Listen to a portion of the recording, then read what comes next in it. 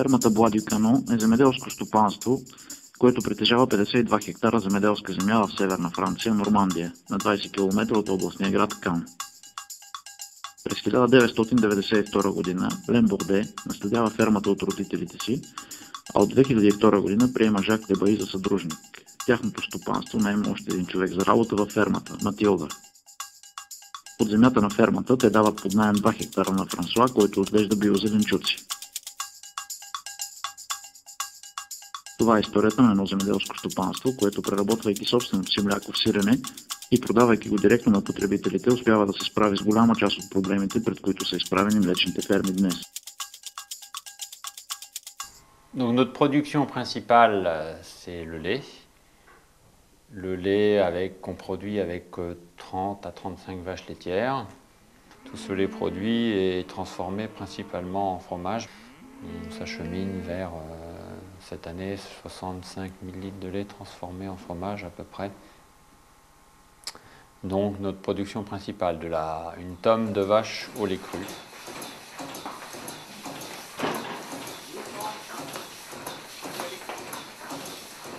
En 92, quand mon associé là, s'est installé sur cette ferme, c'était que des fruits Holstein. Ses parents avaient réformé les Normandes pour prendre cette race très productive, comme le conseillaient tous les conseillers à l'époque. Et puis nous, on ne cherche plus la quantité de lait, mais on cherche la qualité, et puis on cherche une race rustique. Et donc la race normande, elle convient parfaitement à notre ferme, quoi. C'est une race, c'est une vache qui n'a pas trop de soucis, hein. En faisant moins de lait, elle est économe et puis elle tombe rarement malade. Le projet de transformation nous a permis d'aller vers ce qu'on avait envie de faire. On avait envie de développer un projet comme ça, donc ça répond à nos goûts en fait, et ça c'est important pour on pourrait dire le bien-être, de se sentir bien dans ce qu'on fait. Et en même temps, c'est devenu en même temps une nécessité économique en fait. Non seulement ça nous a permis de conserver nos emplois, mais en plus ça nous a permis d'en créer un autre, puisqu'actuellement on est 3. Il y a moins d'herbe, il y a moins de foin cette année. On va réduire un petit peu le cheptel de quelques vaches. Et puis on passera l'hiver comme ça. On fera moins de lait, mais c'est pas grave. L'essentiel, c'est d'avoir assez de lait pour faire le fromage, hein, pour vendre à nos clients. Et l'excédent de lait, c'est vendu à la laiterie. Alors pour nous, le lait vendu à la laiterie, ça devient vraiment de plus en plus mineur, quoi.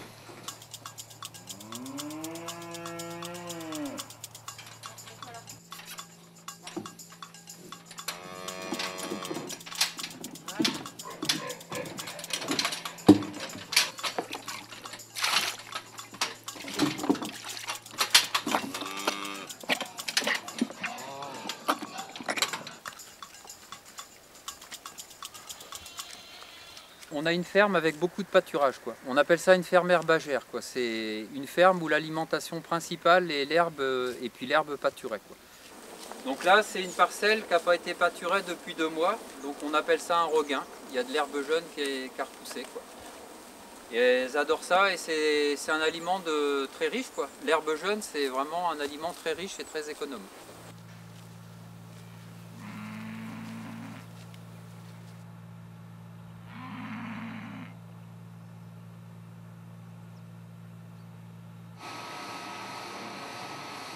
Le process de fabrication d'une tome au lait cru comme on pratique nous, c'est, on pourrait dire c'est assez simple, on peut se former assez rapidement à la fabrication. Après, il faut l'expérience, mais ça vient après. On travaille du lait de mélange, c'est-à-dire du lait froid de la veille, qui est mélangé au lait chaud du matin, dans la cuve à fromage.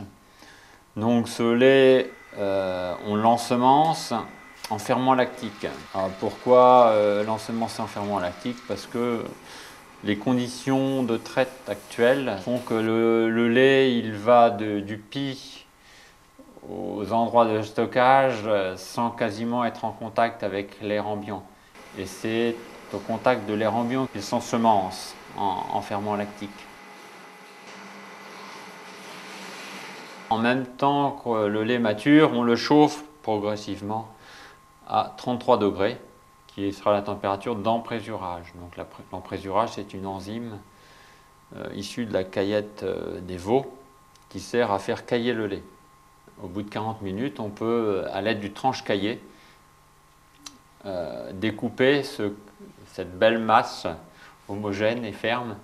On s'amuse ensuite à la trancher en petits morceaux en fait.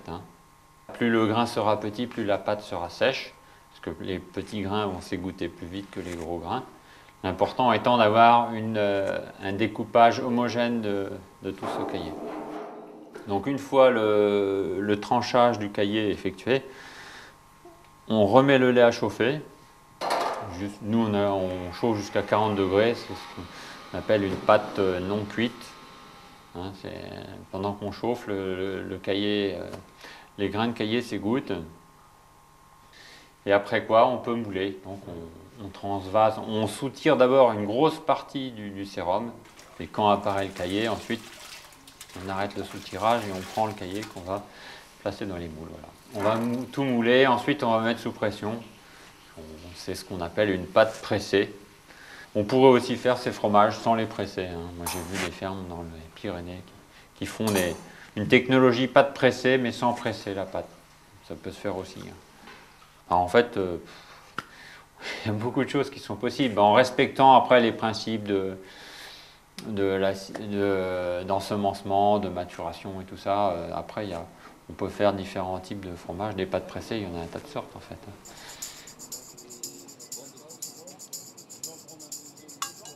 Годишно Лен и Жак произвеждат между 6 и 7 тона сирене, което продават директно на краен потребител. 65% от сиренето се продават на общинските земеделски пазари на постоянни клиенти. Остатъка продават през кооперативи и асоциации на потребители на биохрани. Една малка част продават директно от фермата. Bonjour. Bonjour. Bonjour. Comme ça vous va? Les 300 grammes là à peu près? Ouais, c'est bon. Pourquoi vous achetez votre fromage ici, monsieur Lamy? Parce qu'il est bon.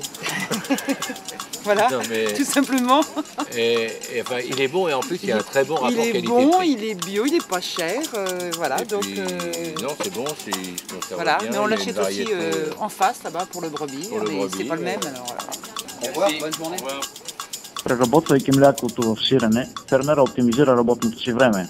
В техния случай прихода на фермата от 1 литър мляко, преработено в сирене, е 1,10 евро. За сравнение, за 1 литър мляко, продадено на мандрата, те получават 30 цента. Et la plupart des fermes maintenant sont à la fois producteurs, quand même, ça vient quand même, une majeure partie de leur alimentation vient du sol, mais ils sont aussi énormément transformateurs de produits intermédiaires. Ils achètent de l'aliment, beaucoup à l'extérieur, des engrais, des produits phytosanitaires, ils achètent beaucoup de matériel, ils achètent beaucoup de produits intermédiaires. À ce titre-là, ce sont presque des transformateurs en fait. C'est ça qui fait la différence, je pense. Ouais, une petite ferme comme la nôtre avec 30 vaches, on utiliserait combien de produits si on achetait des aliments, si on était un peu comme dans la moyenne entre les engrais, les pesticides et l'alimentation, on serait à combien? 15-20 000 euros d'achat par an peut-être. Donc ça c'est déjà une économie, c'est déjà un emploi pour nous, quoi. Enfin s'il y a 20 000 euros quasiment, c'est un emploi à la place des pesticides et des produits qu'on n'achète pas, quoi. Et surtout, c'est pas du tout la même répartition des emplois, c'est-à-dire qu'au lieu de concentrer les emplois dans des services ou dans des industries, là, ils se trouvent répartis sur le territoire. Et, en termes de vivabilité, moi je pense que ça a plein d'avantages. Et puis c'est le travail qui est davantage rémunéré, plus que le capital dans notre système. On est quand même 4 à travailler sur la ferme avec un capital total qui est vraiment modeste par rapport à d'autres fermes. C'est quasiment le même que quand moi je me suis installé tout seul sur la ferme en fait. Par rapport à la crise financière actuelle, moi je trouve que c'est aussi un modèle intéressant, quoi.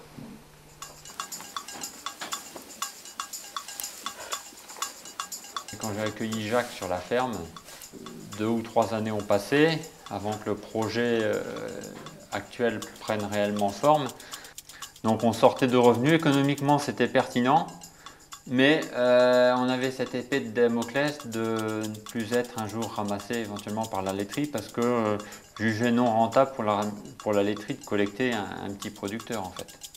Et quand on voit comment évolue actuellement les prix du lait, la crise laitière actuelle nous conforte dans les choix qu'on a fait à l'époque. Économiquement, on n'est plus du tout dépendant de la laiterie puisque ça doit être peut-être 10% de notre chiffre d'affaires la laiterie maintenant. Ouais.